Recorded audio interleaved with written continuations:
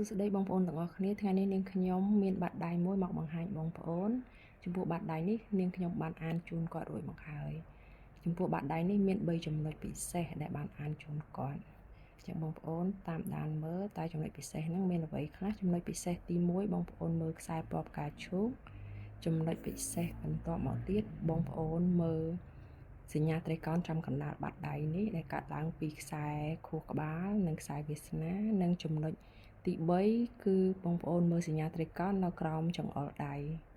អញ្ចឹងចំពោះបាតដៃនេះនាងខ្ញុំបានអានជូនប្អូនស្រីម្នាក់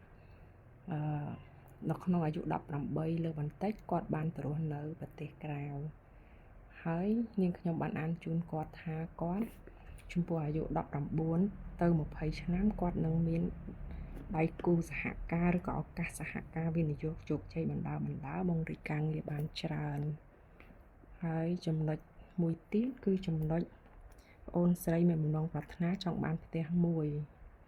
ហើយបំណងប្រាថ្នារបស់ប្អូននឹងបានសម្រេចអញ្ចឹង3ចំណុចដែលនាងខ្ញុំបានអានជូន